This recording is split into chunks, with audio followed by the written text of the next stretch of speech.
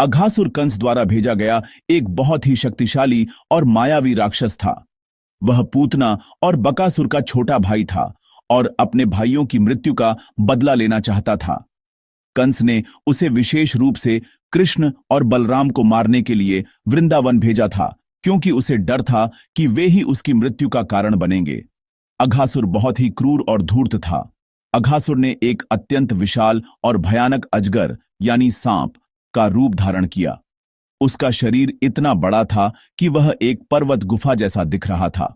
उसका खुला मुंह एक विशालकाय गुफा के प्रवेश द्वार जैसा लग रहा था, जिसमें उसके दांत किसी पहाड़ की चट्टानों और उसकी जीभ एक चौड़ी पत्थरीली सड़क जैसी दिख रही थी। उसकी आंखें जलती हुई आग के समान थीं और उसकी श्वास इतनी गर्म थी कि हवा को झुलसा रही थी। एक दिन कृष्ण और उनके ग्वाल बाल मित्र अपने गायों और बछड़ों के साथ वृंदावन के जंगल में खेल रहे थे।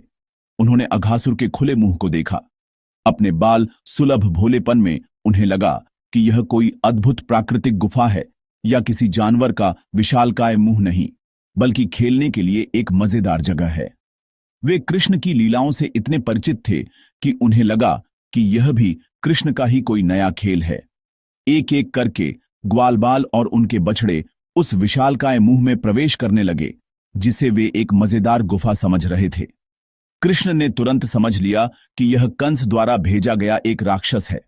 वे जानते थे कि यह कितना खतरनाक था, लेकिन उन्होंने अपने मित्रों को बचाने और राक्षस का वध करने का दृढ़ निश्चय किया। जब सभी ग्वालबाल और बछड़े अंदर चले गए, तब कृष्ण भी अंत में उसके मुंह में प्रवेश कर गए।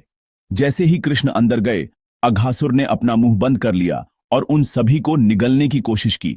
राक्षस ने एक गहरी सांस ली, जिससे उसके अंदर घुटन होने लगी, लेकिन कृष्ण अपने दिव्य स्वभाव के कारण राक्षस के गले में ही रुक गए और अपने शरीर को बढ़ाना शुरू कर दिया। वे लगातार बड़े होते गए, जिससे अघासुर के गले में असहनीय दबाव पड़ने लगा। अघासुर को बहुत पीड़ा होने लगी। उसकी आंखें बाहर निकल आईं और उसका दम घुटने लगा। वह न तो कृष्ण को निगल पा रहा था और न ही उन्हें बाहर निकाल पा रहा था। कृष्ण के दिव्य शरीर की गर्मी और बढ़ते आकार के कारण अघासुर की सांसें रुक गईं। उसका गला पूरी तरह से बंद हो गया और उसका शरीर फट गया। उसके प्राण ब्रह्मरंध्र यानी सिर के ऊपरी भाग से बाहर निकल गए, जिससे एक तेज प्रकाश उत्पन्न हुआ, जिसने पूरे वातावरण को प्रकाशित कर दिया।